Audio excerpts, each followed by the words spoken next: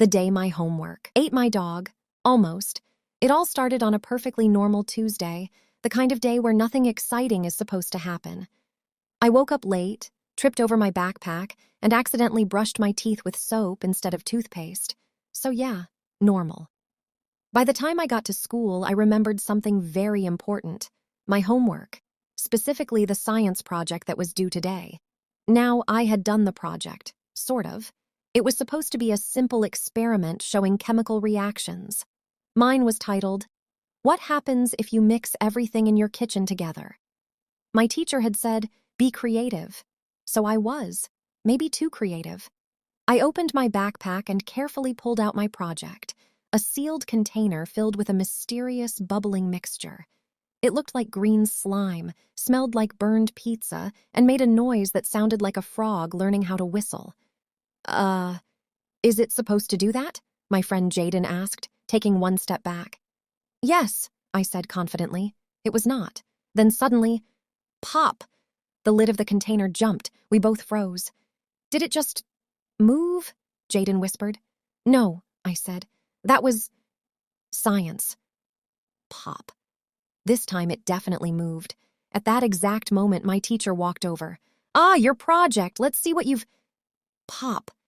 The lid flew off completely, and a blob of green goo shot out like it had somewhere important to be.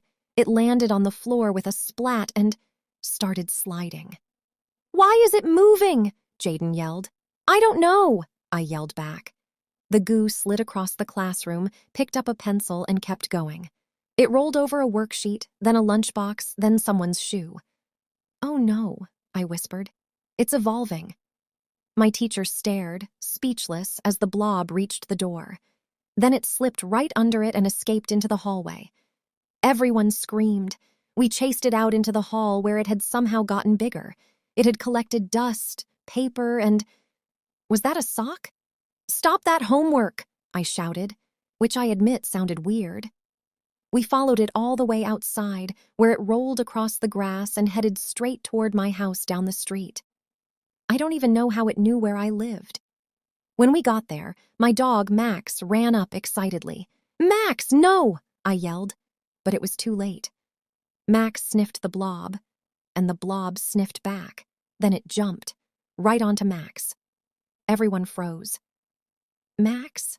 I said slowly. There was a pause. Then suddenly, Max zoomed around the yard like a rocket, barking like he'd just discovered coffee.